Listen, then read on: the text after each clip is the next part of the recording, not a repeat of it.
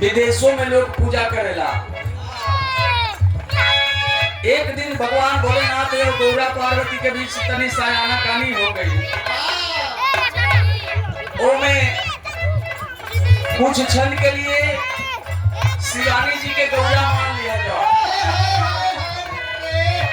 भगवान भोलेनाथ कहत बोली कि काहे गौरा ऐसे काहे ऋषि आई बड़ू,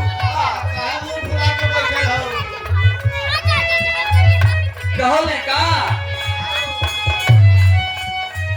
अरे कहो गौरा रानी ऋषि आइल बड़ू का,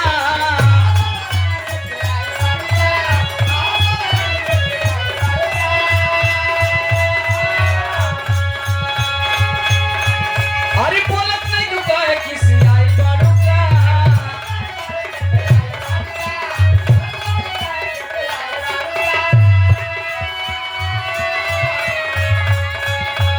कहो गौरा रानी ऋषि आइल बड़ू का, बोलत नहीं रुका है किसी आइल बड़ू का।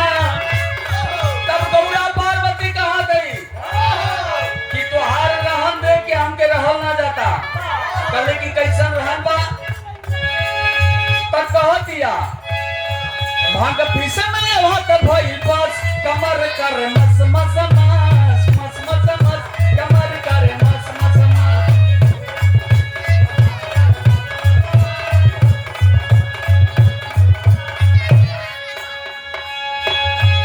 कह दिया कि कमर जो हो बस हो गई।